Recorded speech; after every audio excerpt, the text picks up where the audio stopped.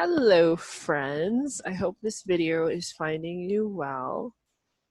I am going to go through the odds of your homework just to help you get it done. Okay, so this video is going through the odds of your MCA post-test thing just to hopefully be helpful. So, okay, please fill in the grid with your answer to question 1, blah, blah, blah. Okay, we want to simplify that. Honestly, it says you may not use a calculator. I don't care. It's fine. It's okay with me. If it was MCA testing time, sure, I would say, yeah, let's try and not use a calculator. But for now, we're okay. So we can go right into Desmos, and we can type in 3 parentheses 2.25 squared.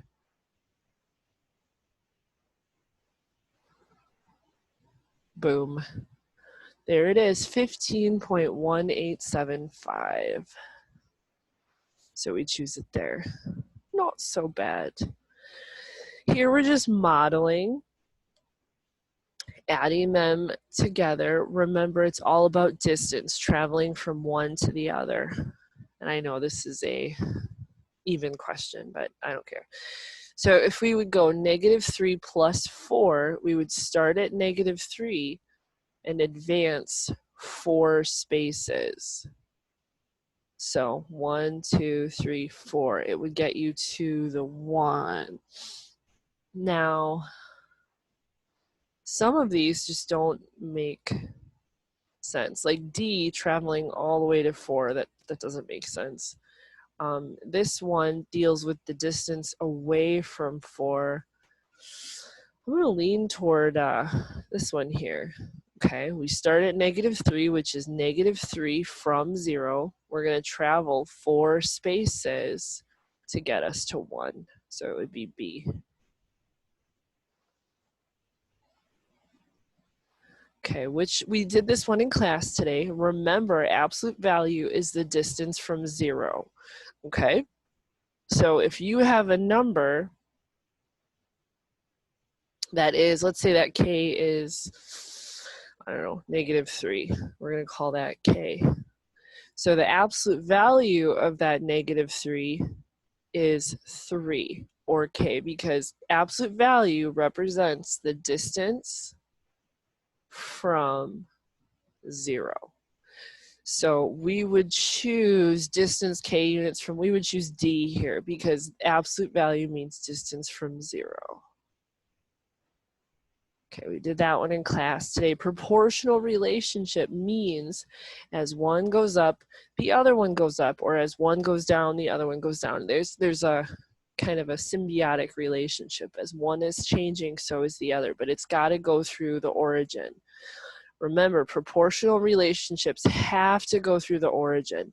So that's why it would be A. D looks really close, but it's not going through the origin. So you would choose A. 7 here. A veterinarian recorded the weights of animals in a histogram. Okay, so remember, this histogram reflects how many animals are between certain categories. Which question can be answered using the information? How many animals weigh 4.9 pounds? We really can't tell how many exact. We can tell how many animals are between 0 and 4.9 pounds. How many animals weigh between 5 and 10 pounds? That one works. That one would work. Weigh less than 8 pounds. 8 is in the middle of a category. That really wouldn't work. Weigh at least 15 pounds. Kind of at a toss-up between B and D here. 5 and 10 pounds. We definitely could say that. Weigh at least. I feel like D would be too specific. I'm going to go with B here. D is a close one. How many animals weigh at the lowest? 15 pounds. At the lowest. So that means it would be anything higher than that. I feel like that could work, but that one's worded kind of tricky. So I'm going to say it's B. If for some reason that's wrong, then it's D, but I think it's B. Okay, next page.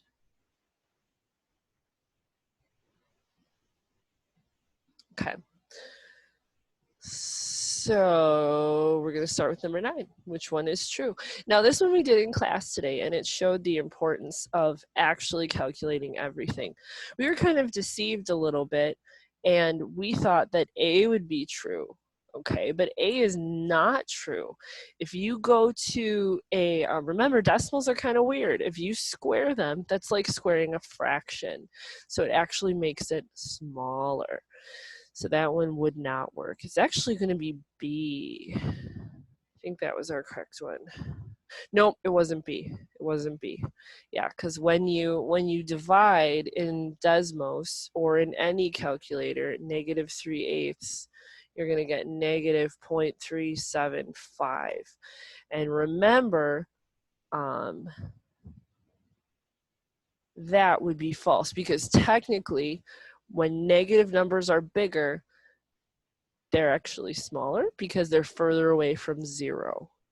So see how this -0.38, that's a bigger number.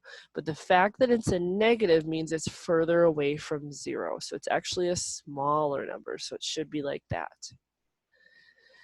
Then if we divided these out, you have 46/25.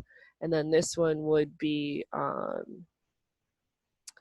1 and 5/6. So you get 6 times 1. If I wanted to change that to an improper fraction, we take the bottom times the whole and add the top. So 6 times 1 is 6 plus 5 is 11.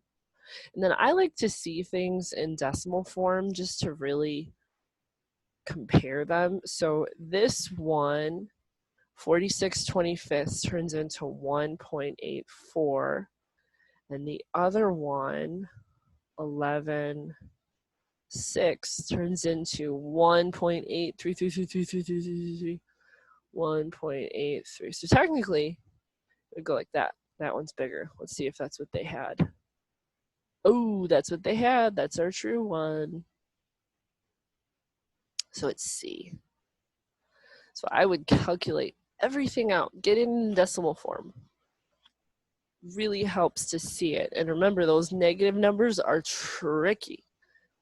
But definitely, if there's like a math operation to do, definitely do it. Okay. All right.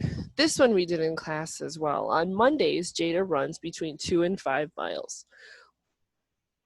On Tuesdays, she runs 3 times as far as she runs on the previous Monday. Which inequality can be used to find X, the distance Jada could run on a Tuesday? So this one's kind of a bit of a confusing one there. It's kind of confusing because inequalities, when you word them, they always sound kind of confusing. However, okay, right here tells us what X is. X represents the distance Jada could run on a Tuesday. So that's what we got to keep in mind. X is the distance she could run on a Tuesday. Then it says on Tuesdays, she runs 3 times as far as she runs on the previous Monday. So that's saying times. It's saying the word times in there. So that means anything with division we can get rid of because that just doesn't make sense. So now we got to think this through. If it's A, that 3x, that reflects how much she could run on a Tuesday, right? Because she runs 3 times as far on a Monday, or than on a Monday. So that's like saying the amount she runs on Tuesday is greater than 2, right? And less than 5. So whenever you have something in the middle like that, we kind of put our eyeballs in the middle here and we read from the inside out. So the amount she runs on a Tuesday is greater, because it's open to the amount, than 2, but less than 5. And that fits with what we're talking about. She runs between 2 and 5 miles. So it's got to be A. That one. All right, this equation can be used to estimate y, the height of a tree in centimeters, x months after it's planted. So anytime they give you an equation, okay, anytime they give you an equation and a value, we have to do what is called evaluating that. It turns into kind of an expression. We kind of look at the actual expression, okay? Y is estimated as the height of the tree, and X is months after it was planted. Okay, so there's a few ways we could take this one. Now, what we should do, what we haven't done a lot of, is we should take our height of the tree and substitute it in my equation for a variable. And the height of the tree, it says, is y. Okay, so I should take that height of the tree, put it into my equation, and then solve it for x. Okay, so to do that, I would first get rid of my constant, which is my number that has no variable next to it. Then I would subtract. Then I would get rid of my coefficient, and that would give me my answer for x. So 7.5. So according to this, 7.5 months, that's how long it would take for the tree to get to 150 centimeters.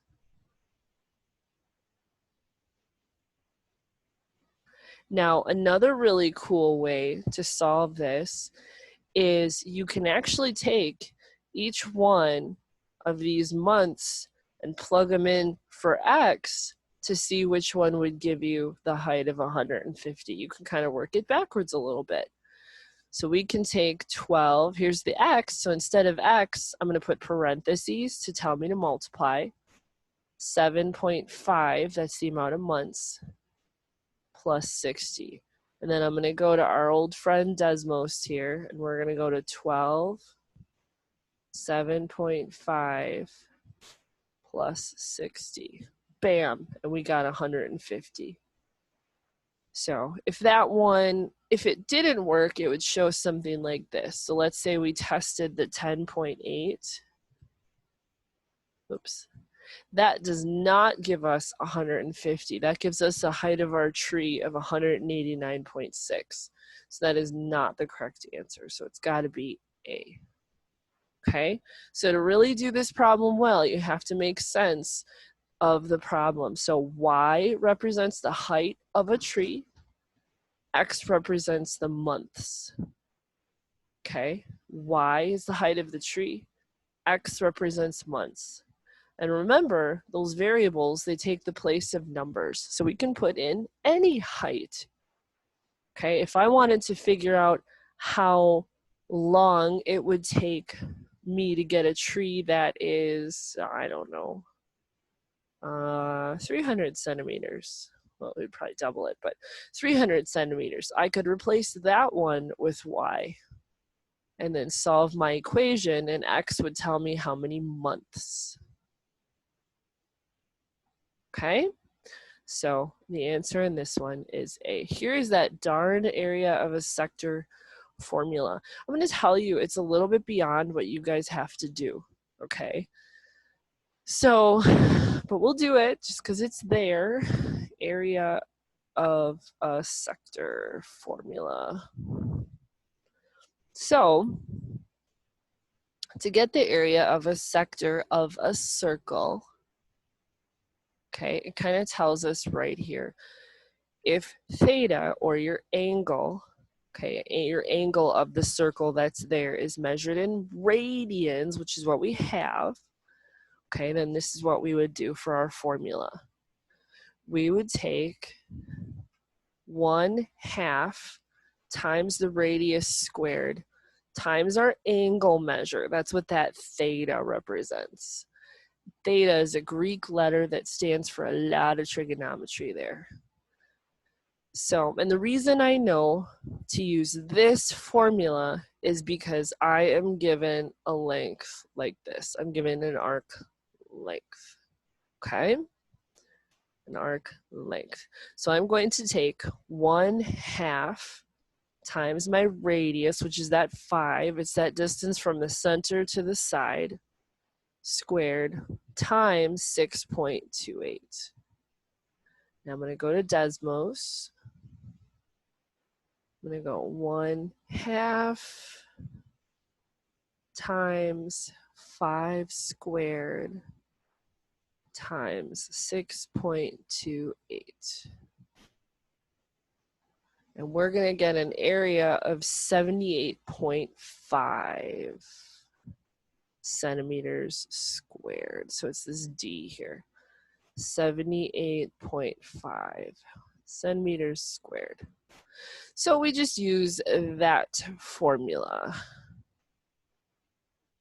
Okay, let's do 15 here. A map uses a scale right there, okay?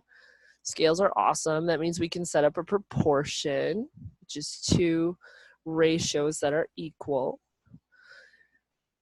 And usually when I see a scale, I'm going to turn that into my first proportion, like immediately. So 1.5 centimeters per 25 miles. 2 cities are 190 miles apart. How far apart are they on the map? So that means what I want to find, I want to figure out the centimeters on the map.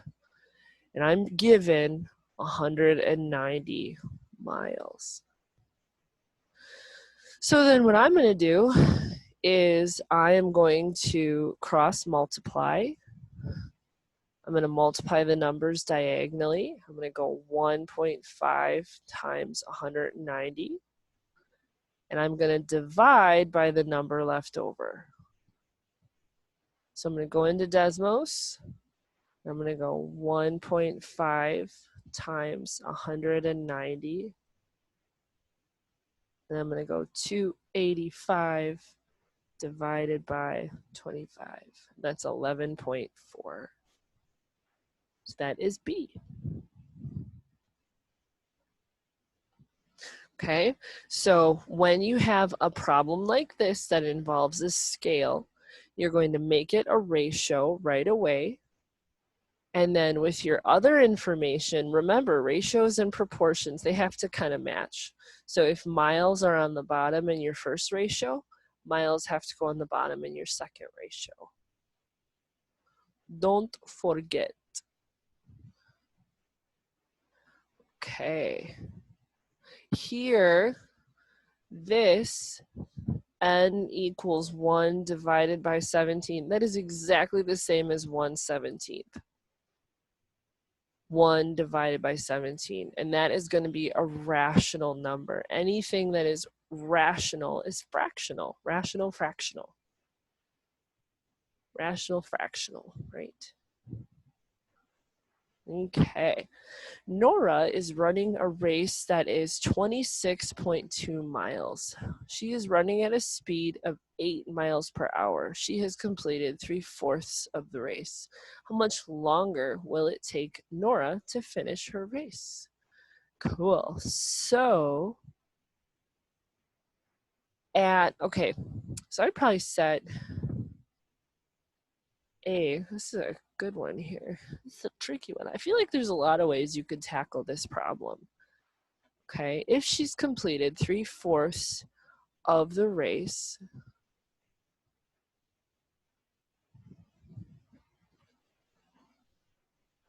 then that means she's running at a speed of 8 miles per hour and she's completed 3/4 of the race. So 3/4 Of always tells us to multiply. That's the key word here. Of 26.2 miles is, let's see that. Jen doesn't like to multiply at night. Doesn't trust her brain. 26.2. 19.65 miles. That's what she's completed. Miles done. Okay, that means that she has, might as well get it all laid out there so we can make sense of it. That's good. 6.55 miles left. Go, Nora. Okay, so she is running at a speed of 8 miles per hour. So if she has completed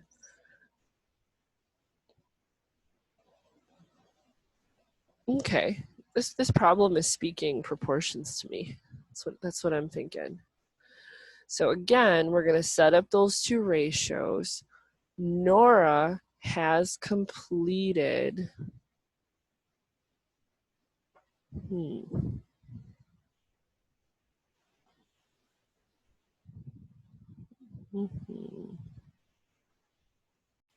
Okay, so I lied when I thought proportions initially because you could, but I like this way better. So we're gonna do this way. Remember a very, very, very famous formula that is super helpful, deals with distance and rate. So whenever we're talking about rate, okay, we're talking 8 miles per hour. That's a rate. It's got that word per.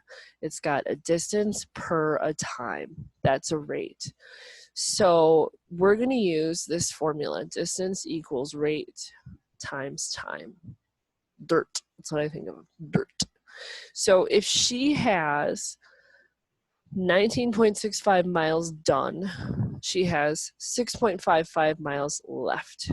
All we have to do is we're going to take her distance that she has left. Okay, that's our distance equals rate times time. We're going to set it equal to her rate, which is miles per, and we don't know how long it's going to take her to complete this distance. So we're going to leave it as a t. And then to solve this equation, if I want to do the opposite of multiplying that t by 8, I divide by 8. And that'll cancel out your coefficients, and it'll solve for t, and it gives you 0.82 hours. So 0.82 of an hour, that's how long it'll take her for the rest of her race.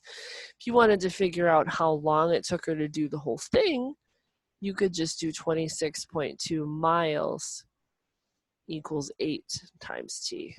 And you divide her rate by, divide the total distance divided by her rate. And that'll tell you how long it took. Okay. Oh, we got a great simplifying problem here. It's a great one. It's got some distributive property and some PEMDAS. So what I see first is I see this pretty little exponent over here, -3 squared. Anytime you take a negative number to a positive exponent, you're always going to get a positive value back. Then we bring down everything else. Now you might be thinking, let's go ahead and subtract 8 minus 2. Don't think that. No. We have to distribute. Okay, that 2 is connected to the n and the 4. So we got to make sure we distribute it. And actually, it's a -2. That's a -2. So I'm going to take that -2 and I'm going to multiply by the n. Then I'm going to take the -2 and multiply by the 4. So -2 times n is -2n. -2 times 4 is -8. And next, actually, we're going to leave that in parentheses because we still have a 9 on the end. So now you see this 9 at the end that wants to play 2. Yeah, we're going to distribute that guy. I could move it to the front. Could do that. Now we're going to distribute the 9.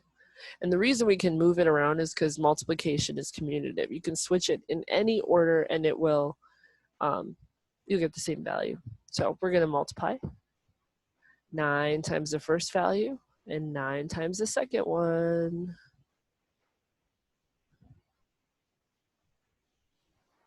Now we can combine some like terms. We're going to combine this 8 and this negative 72. And because I'm lazy and I don't feel like adding that together, I'm going to look up here and say which one has a negative 18n, and that is C. B also has negative 18n, but it doesn't have the other number, so it would be C. Our answer would be C. Good job, guys. Woohoo! Okay, a cylinder has a height of X inches. All right, so volume of a cylinder is going to be the area of the base, so pi times radius squared times the height. So, my cats are freaking out, my goodness. So the diameter of the base is X inches. So that means if the diameter is X, the radius would be half of that. Half of whatever X is, okay? And the height is also what we're calling X. So we're going to plug everything in. So pi times my radius is 1/2 X squared. My height is X. Okay, taking half X and squaring it. If I did that, I have to square the 1/2 and square the X. So 1/2 squared is 1/4, and X squared is just X squared. Then these two X squared and the X, I can combine that together. There's 2 X's here and an X here. That gives me X to the 3rd. And I'm going to put my 1/4 first. So we've got B here. Crazy questions here, guys. Oofty. Okay, we did this problem in class today. The number of students at each age on a bus is shown at the table. So there's 2 ways you can tackle this. You can either write out all of your data. So like there are 2 students that are age 13. There are 10 students that are age 14. So I could keep writing it out and then just divide it to find out what's in the middle. But if I added this up, I'm going to determine how many students total I'm working with here. So 2, oops, fresh one. 2 plus 10 plus 5 plus 18 plus 24. So I'm dealing with 59 students here. Okay, so let's think about this. We have a group of 59 students. I want to find the median. Okay, so that means since it's an odd number, I'm going to find the one student in the middle. That's the median. So let's take out that one student. So now we're dealing with 58 students, and we're going to split them into 2 groups to figure out how many are in each group. So 58 divided by 2 is 29. So if I did it this way, there would be 29 students, or ages in this case, in the lower half of data, 29 in the upper half of data, and then 1 age in the middle. And that's actually really helpful with my data set here, because all I have to do now is I just have to kind of count to 29 and see what age that would match up with. Because the next one after, actually 30, I would have to count to 30. Because number 30 here would be my median. Okay, so 2 plus 10 is 12. plus 5 is 17. And then how far away is that from 30? That's like 13 away from 30. So since this next category is 18, I know that my median is in there, 16. So the answer would be D. Kind of a cool way to figure that out. And if that confuses you, go ahead and just write the data. And that's it. That's all we have. Now for the rest, just do the best you can. It's okay, no problem. I'm gonna make it a homework grade, so it's not gonna like tank you or whatever. Just get it done. Thank you for listening, and let me know if you need help. Bye.